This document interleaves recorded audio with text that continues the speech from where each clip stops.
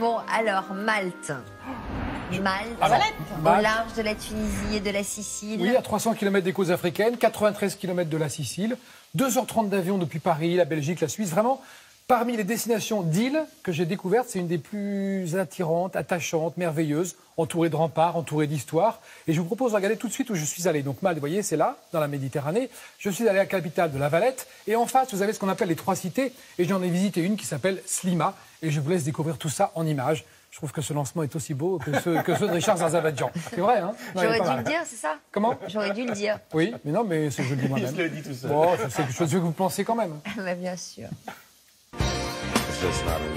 Construite au XVIe siècle par Jean de La Valette, templier français, la cité de La Valette et Malte sont une formidable place fortifiée entourée par 60 km de remparts. On trouve sur 55 hectares seulement une concentration unique au monde de plus de 300 monuments classés.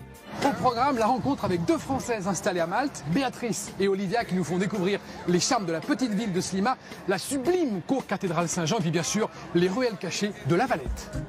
Et premier point de repère pour tous les visiteurs, c'est face à l'imposante porte sud de la ville que je retrouve Béatrice. Sur cette place magnifique, j'ai rendez-vous avec Béatrice, française, expatriée, installée à Malte depuis 5 ans. Bonjour Christophe. Donc ici c'est la fontaine au Triton, c'est vraiment le premier point de rendez-vous. La première chose que les gens voient quand ils arrivent sur La Valette. Ils donnent sur la rue principale de La Valette qui s'appelle République Street, qui est un lieu magnifique. Et incontournable. Et incontournable. Et incontournable.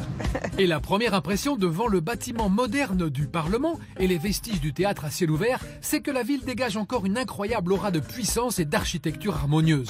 Nous quittons vite la foule de touristes car Béatrice m'emmène vers les jardins plus calmes de Père Baraka qui dominent la baie. Ça donc, c'est le Grand Harbour. Donc c'est une des plus belles vues qu'on peut trouver de La Valette, vue sur les trois cités. En face, je peux donc admirer les fameuses trois cités maltaises, Senglea, Vittoriosa et Cospicua, berceau de l'histoire de Malte et symbole de la domination militaire de la ville. Après les jardins, nous repartons faire carrément un saut dans l'histoire. Donc tu me disais sur les églises, il y en a combien à Malte? Il y en a 400 environ, donc une église pour 1000 habitants. Et parmi ces 400 églises, Béatrice veut me montrer la co-cathédrale Saint-Jean. Un des plus majestueux édifices baroques du monde, à la décoration intérieure riche et exubérante. Le sol de la cathédrale est incrusté de plus de 400 cénotaphes. Ce sont les pierres tombales des chevaliers templiers. Magnifique. Hein. On trouve même exposées deux sublimes huiles sur toile signées du Caravage. Le premier, c'est la décapitation de Jean-Baptiste. Donc ça, c'est le deuxième Caravage, les écrits de Saint-Jérôme. On retrouve le jaune et le rouge de l'époque baroque et ce travail d'ombre qui était caractéristique du travail du Caravage. Je quitte Béatrice pour arpenter seul les petites ruelles moins animées de la ville et me rendre à mon deuxième rendez-vous, une adresse un peu plus confidentielle. Je retrouve dans cette rue pittoresque de Malte, la rue Sainte-Lucie, Olivia, une Française installée ici depuis 4 ans. Bonjour Olivia. Et là, on est dans un petit... Un lunch bar. Un lunch bar. Ça, c'est Voilà. la mode à Malte. C'est la mode à Malte, il y en a partout. Et donc ce sont des petits cafés typiques. Tu peux prendre soit un petit déjeuner, soit un déjeuner. Coussin. On s'assoit sur un petit coussin. Donc là, tu m'emmènes. Et là, je vais t'emmener donc aux trois cités. Donc on va prendre une barque typique maltaise. J'en rêvais. Allez, On y va? On y va.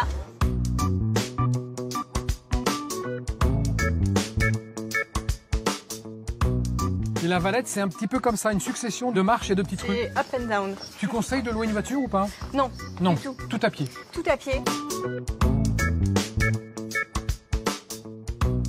La traversée dure 5 minutes. Si on prend le bus de La Valette, on va mettre entre une demi-heure et 1 heure pour rejoindre les trois cités. Donc c'est vraiment le moyen le plus direct et le plus rapide.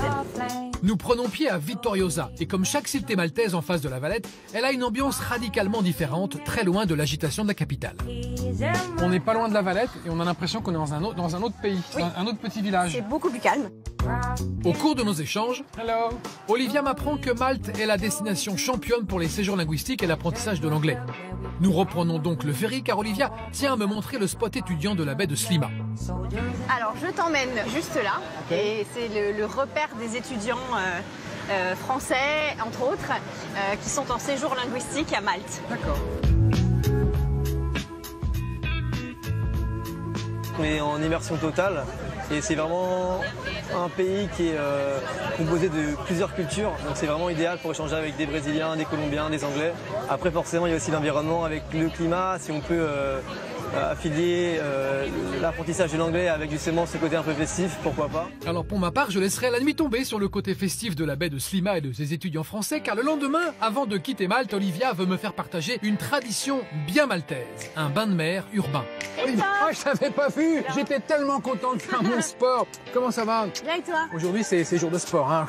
Tout à fait. Et je t'emmène dans un lieu de baignade typique maltais. Ouais, eh ben, let's go. T'as ton maillot? Oui, c'est loin? Il est quelle couleur ton maillot? Ah ben, tu verras.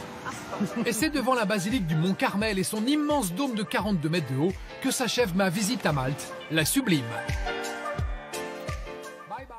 Non, très sympa, Malte, vraiment. Ouais, non, mais on se demandait si à chaque destination, il y avait Non, un je cahier sais ce des que vous charges allez dire. pour choisir la guide locale. En tout cas, il y a un casting. Hein. Non, ça n'a rien à voir. Vous êtes sûr? Ah, Vous ne bien mettez sûr. pas ça dans votre Ce sont des gens de charges qualité. Et à choix chaque de fois, j'ai une heureuse destination, surprise. hein. Mais bon, c'est la vie. Hein. Donc Malte, très connu, je le disais, pour ses séjours linguistiques. On a tous peut-être envoyé nos enfants en séjour linguistique. Très bien français. Oui, très bien français, avec des cernes sous les yeux, bien creusés. Qui ont bien Ah, c'est vrai. profité de leur séjour. Absolument. Ouais. Une dernière chose à faire à Malte, surtout la plongée sous-marine et puis les petites balades en barque, l'ouzou. Il faut éviter d'aller à la Valette et d'aller tout autour. Il faut aller tout autour dans les 3 cités. Voilà, il ne faut pas rester à la Valette. Une journée pour la Valette, tout le reste, les 3 cités. C'est mon conseil du jour. Parfait.